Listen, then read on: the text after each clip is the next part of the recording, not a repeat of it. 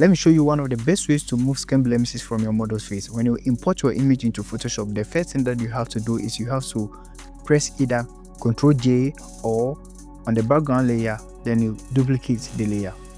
Then afterwards, you create another new layer on top of your background layer. This is where we are going to remove our blemishes. When it comes to blemishes removal, we have multiple tools that we use to remove blemishes.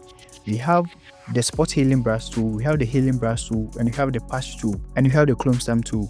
Most of the times, the method that I use the clone stamp tool. So on the clone stamp tool, the opacity is 100, the flow is 100. When it comes to the sampling you have to choose current and below. When it comes to skin blemishes remover, most of the times the best zones is when it comes to blemishes remover, so that when the person get the image on the phone, you don't see any distortion within the skin or on the model's face. So the minimum zoom size that I use when it comes to skin blemishes remover is 33, and the maximum that I use is 100. So when it comes to skin blemishes remover, you use your option key or the alt key to sample a clean skin just around near the blemish where there's a clean skin. Then you, instead of brushing it on the blemish, you click. So you sample, then you click, you sample, you click, you sample, you click. So you don't sample to brush, because when you sample to brush, then you distort the skin texture. So you sample. So when it comes to the brush size also, you adjust the brush size while you're zooming in and zooming out to give you the best results. So you sample, then you click, you sample, you click, you sample, you click, you sample, you click. Another important thing is you don't sample from a different skin tone to another different skin tone. You stay within the same skin tones and sample and remove the blemish.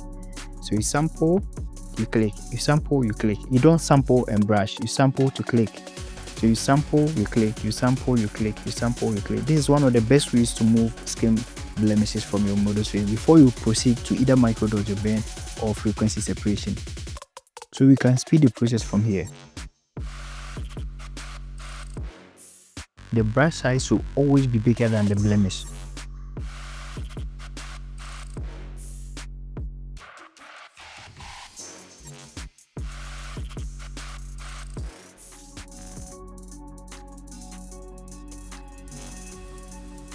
So I believe the sample and click method is the best way to remove skin blemishes from your model's face. So you can see the before, so you can see before and after, before and after, before and after. So sample to click is the best way to remove the skin blemishes using the clone stamp tool.